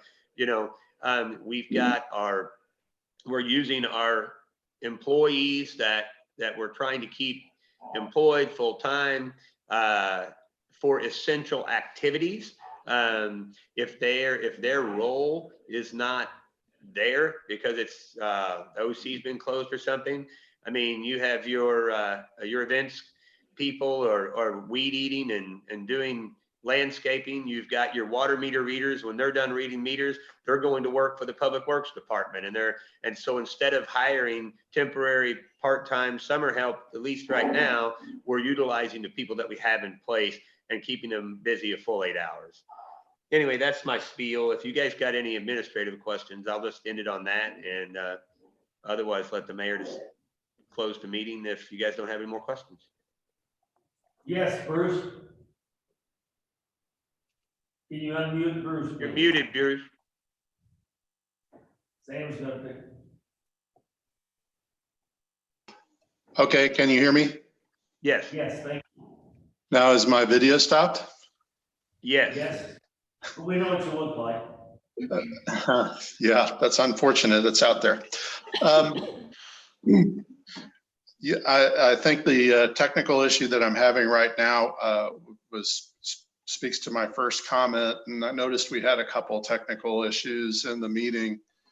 I hope maybe it's considered. I think we've talked about it that many of us are unfamiliar with handling Zoom. I think Zoom is unfamiliar with handling itself, and we run into problems. Either entering the meeting or losing connections or losing video. We're not sure. I just hope that in the future, when we're starting our meetings, if we can, I mean, we have to roll the video, obviously, for the people to see us, but all the participants are important. And if those people who are trying to get on, like Steve this morning, if we could just wait for them to get on, I think I'd appreciate that. I think everybody's important, and we should be not distracted by that or frustrated in trying to attend. So I'll just leave that out there. But I had a question for Steve to follow up on what you said earlier. You've been in contact with regional leaders, it sounds like, and I heard reference earlier to coordination meetings, or I think I did. And so my question is, do we have regular meetings with other leaders in the region, or what was meant by coordination meetings? Yeah, I'm glad you asked that, Bruce. I'd love to give you that update. So I do have a regular meeting every Tuesday in the afternoon with our school district superintendent and the presiding commissioner of Christian County. Now, when I tell you what these groups are, they may sound a little strange just because you might say, well, why is that a group? Well, what we've learned through this Zoom is that you just never know who needs to talk to each other, or who wants to talk to each other. So if there's a reason to have it, then we do. So I can tell you that Ralph is at the county is a very big participant in our school district, and so Ralph and Chris and I have been having regular meetings on Tuesdays, and then of course one time we've had Cindy Ballou on that meeting, and you know, so she's on there when she can be, and Samantha and as our PIO, and Casey is their PIO. So these meetings are taking place. So that's one. Another one is an economic meeting, or the state of the economy, I guess you will, and that is set up on Fridays by our Andrea Sites at Show Me Christian County. And that's got a lot of participants on it. That's got the MU extension. That's got the cities, Nixa, Ozark, the chambers in Chadwick, you know, Billings, and some of the other smaller places. And so we invite people to be on there. So that's an economic meeting that regularly takes place. And then, like I mentioned, we don't have a regular regional legislative coordinating meeting, but it's not on a regular basis. But when we need to call one, Bob Dixon and I were just talking about this today. It's amazing how well regionally we are getting along and talking and working together. I mean, from a 10-county region, I don't want to leave SimCog out of this answer, because they are creating a task force as well, and they are also working with the Department of Economic Development and at the state level and the federal level, and that is opening ourselves up for a grant. And I will tell you, it's a very exciting opportunity that we're actually discussing with them, the opportunity of creating what's called a business resiliency fund. If we can get that funded, then that helps to make loans to high risk, you know, that gap financing that you need, and then also be able to pick up in times like this. So there's just a lot of cool ideas coming out of this. A lot of people are coming up with new ideas. Regular meetings are being had. We had our regular staff meeting the other day, our department head staff meeting, so that went well. And again, when we need to coordinate on things specific to the order that the mayor and the board put in place, we jump on there, and that usually that happens frequently, because we get business questions that we all want to share, and we'll have our legal counsel, Amanda, Cameron, our code enforcement department, that would be Mark Hinderman, Don Gregory from the fire department, and then Cindy from the Christian County Health Department. And a lot of times we invite the Nixa folks to jump on there too, because I'll be honest, they're dealing with the exact same things and the exact same questions we are.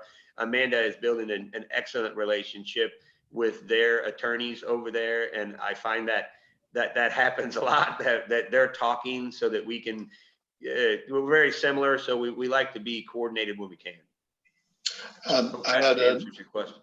It does. I have another question. Will there be a point, well, strike that. at what point will we understand the impact of the pandemic on our tax revenue for March and April? I know that the Department of Revenue crunches those numbers. How do they give us word, as to how we're impacted? They don't give us any word. I was talking to Springfield yesterday about that, and Springfield simply they're just estimating just like we are. The Department of Revenue doesn't have any projections or anything. You can go online and you can look at national projections, state projections, Department of Economic Development projections, but how that would really be done we won't really know until, like you said, it'll really be more like June and July before we really know what that quarter is going to look like, as well as the end of the year is going to look like. So we generally get our Department of Revenue checks 2 months after the previous months it was collected. So sounds like the answer is we won't know until we know. Yeah, I mean, we're just guessing. And like I said, I think the best strategy we can take right now is all the departments are looking at the projects that they had that were, unless absolutely necessary, we're just putting on hold. Or Jeremy and I have been having conversations, and he sent me over, possible areas where if we had to, we could freeze a budget, or you bring a budget amendment forward to reduce something. So, but it would, I think the estimate that everybody's looking at right now is probably 20% reduction in sales tax revenue.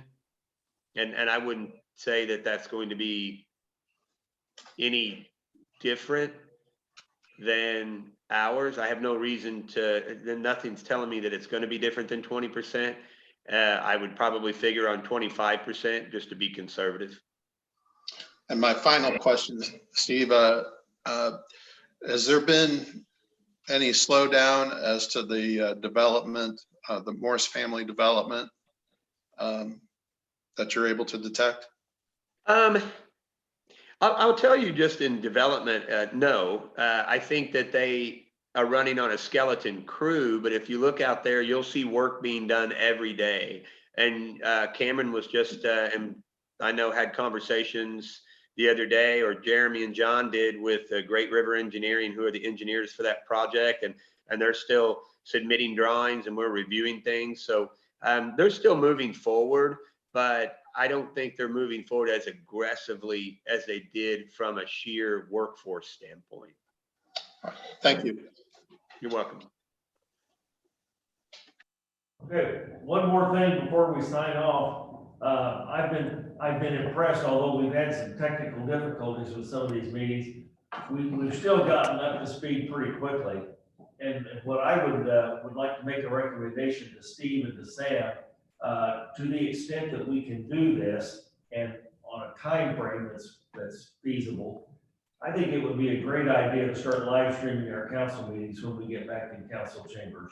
I've had some comments from people that think that would be a good thing, and I don't know if we need additional equipment or what, but if we could possibly do that, I think we should. So that's just a comment. One more thing. I know that on the last meeting, I announced that we needed to replace John Torgerson, and I asked for recommendations from staff and from the existing Board of Aldermen. I have not received any. I noticed that Ransberger did have an article in the paper, or at least it was part of an article that was in the paper asking about that. So I just want you all to know that Steve and I are interviewing somebody tomorrow morning that is qualified and has expressed some interest. And so, but at this point, he's the only one. I wouldn't be disappointed if he was the only one, because I think he's good. But I just want you to know that we haven't heard from anybody else with any other ideas. So, so that's going to be moving along. I don't know how that will turn out tomorrow, but we'll keep you posted. So, any questions about that? John's Yes, ward again. What's John's ward again? John is Ward 1, and that the line for that, Jason, is Oak Street. Everything on the south side of Oak Street is Ward 1. Okay. And Oak Street is, it's right there by the Judicial Center. So Right. it's a pretty big ward.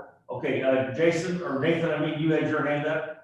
I did, but I'll wait because my question wasn't about John's replacement. I had a different question. Okay, anything else about that? All right, Nathan, go ahead. Oh, Bruce is waiting, sorry. Yes, Bruce. I can't hear you, Bruce, you're muted. Okay, start over, we can hear you now. Okay.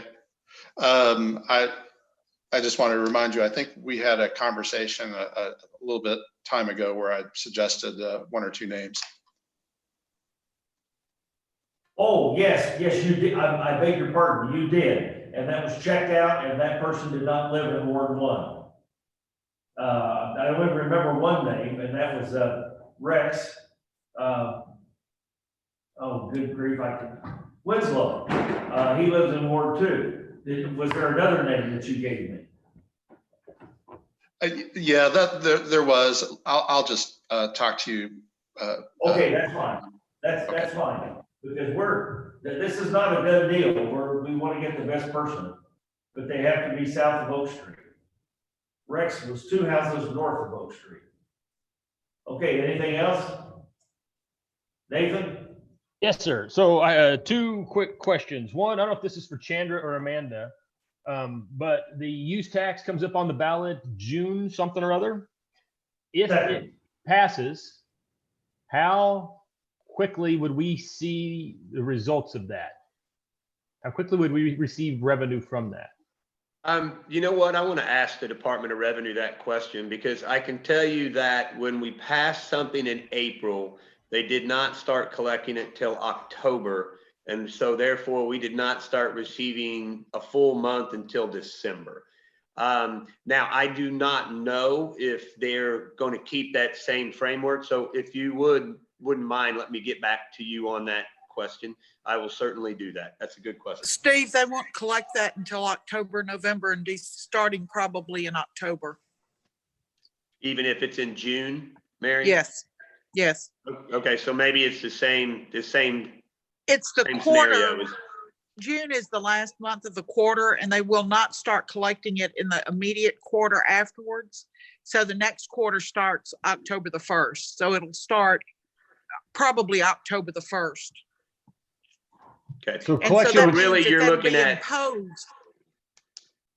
That's right. It'll be imposed October the 1st, and those monies will be due to the Department of Revenue November the 20th, and then they'll be remitted to the city the 1st of December. So it'll be December before we would actually see any revenue.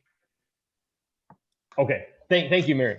That makes sense. The second question / I guess is more of a comment, really. I think we probably all saw that one of the food plants, Smithfield, went down yesterday or the day before. I expect others will probably do that. And this is kind of coming at the same time. I think we've all seen the logistics issues that we're seeing in food distribution, where restaurant food is literally being dumped in fields to rot. That worries me a little bit. Is there anything that the city can do with regard to how we permit farmers markets, anything along those lines, that we can streamline that effort to get food directly from a farmer to the people? I know that the Finley Farms is moving forward with their they're setting up their farmers market. They've got a vendor meeting coming up. Do we need a separate farmers market? Can that farmers market run multiple days, et cetera, or is this something we're efforting at all at this point, or are we just kind of, what's going on with this? Anything? I don't think there's anything going on with us determining whether or not we need to initiate another farmers market. The farmers market that's going on down at Finley Farms is they seem to be the farmers market in the city of Ozark. Now, I guess the other question would be maybe if they could have that more than one night a week. I mean, but I think that's going to depend on product. And I'll be honest, a lot of times those farmers markets are completely dependent on the amount of product that you're getting. And this is so early in the year, there is no product. Let me ask this a different way. the city of Ozark has put out its own set of rules in addition to the county and the state and whatever else. We put out our own set of rules. As an administration, as a staff, as a board, are we saying that that's kind of it? We've done our duty, or are we going to take some or look at whether or not we need to take effort on larger initiatives?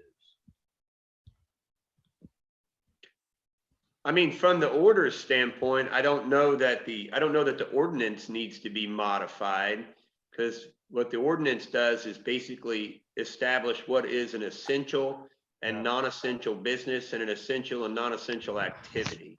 Yeah. It doesn't really go into projects or anything. That would be more of probably just a conversation. If there was some ideas that you wanted the staff to explore with regards to the logistics of permitting and the speed of that permitting for certain uses, then we can have that conversation with Cameron and, you know, and see. I'm not aware of anything that we, Let me I'm ask not it a aware different of way. anywhere our process that we have in place would prohibit the advancement of those things you mentioned.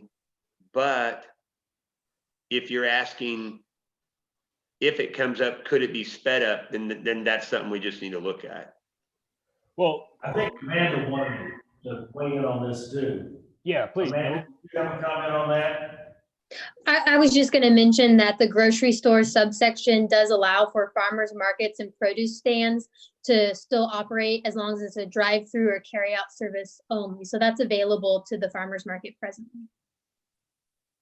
And probably the expert on what the farmer's market is doing at this point is like Catherine Dowdy and Chuck Branch. So you can probably call them. I know that they've been meeting. Chuck is on one of the committee members for Love Ozark, which you are familiar with that organization. And I know that he's been unavailable for some of our meetings because he's been working on farmers market. So they're gearing up. I know that, Nathan. You might touch base with one of them. All right, I will. Is there anything, same question as it relates to restaurants? I know the governor rolled back some rules that prohibited restaurants from selling unprepared food. I don't know what the rule was, exactly how it was worded, but is there anything that the city needs to do to also allow that, or is the governor's action sufficient? Amanda? Well, we can't be, I don't know. I'll be honest, I'm not familiar with the governor's action of reducing restrictions on that, but if you have that specific section, if you'd send it to us, then Amanda and I can look at it. Yeah. I think what the governor did was he changed the regulation of those restaurants like Panera that can then sell the items they receive in bulk, like a grocery store would sell them to individuals. Because right now in Springfield, Panera is selling milk and lettuce and produce. That is regulated by the state. And as far as I understand, we don't have anything that conflicts with that in our local ordinance, but we can certainly look at it. I would like just to double check. I know that Iguana is already doing that as well. Again, the restaurants are going to be the break in this pipeline. It's their food that's being wasted right now, and not because it can't be sold. So anything we can do to keep a restaurant viable, I would like to be on that. It sounds like we're probably not in the way on any of that, but if we are, I'd like to know and see if there's any action we need to take there. Thank you, Amanda, for clearing that up. I didn't know that was the Panera example. Cameron told me of the Panera example yesterday. So thank you. I didn't know that's what that was. But Nathan, I guess one thing we can do, I mean, we it's just like Lambert's. I talked to the manager of Lambert's and he said, man, Steve, I got so much chicken up here. I've just been cooking chicken and giving it to the fire department and the police department and the sheriff's department or whatever. So they were going to go back to curbside and start doing that where they had closed completely. But I guess we can make sure that they know that there isn't anything in our ordinance that's prohibiting them from doing that, I would like to. I don't know if you've all, I assume everybody's seen the same news I have. And we are currently dumping hundreds of tons, probably thousands of tons of fresh food. We're dumping it because it would always go to it was shipments meant for restaurants that don't have business anymore. And there's no food shortage. I'm not saying anything like that. I'm just simply saying that if we can help keep that food pipelines, those distribution lines open, we need to do it because that'll stop hoarding, that'll stop chaos, that'll stop panic. Okay, no, that's a And it'll good point. keep that side of the economy running too. It'll make sure that the farmers keep having places to take their goods. Yeah, no, that's a good point, and I hate the idea of wasting food. It seems ridiculous. So, no, we'll definitely look into that. Okay, any other comments? I think we've about wrapped it up unless somebody waves their hand at me. Thank you, everyone. What, Steve? I'm sorry, Steve, did you say something? Okay, I guess not. All right, do I hear a motion to adjourn? Somebody make a motion to adjourn. All right, Mr. Poston. And somebody wait there. Okay, Ted, did you move your hand? Second. All right, there's a second. All right, thank you, ladies and gentlemen. That will conclude the so-called digital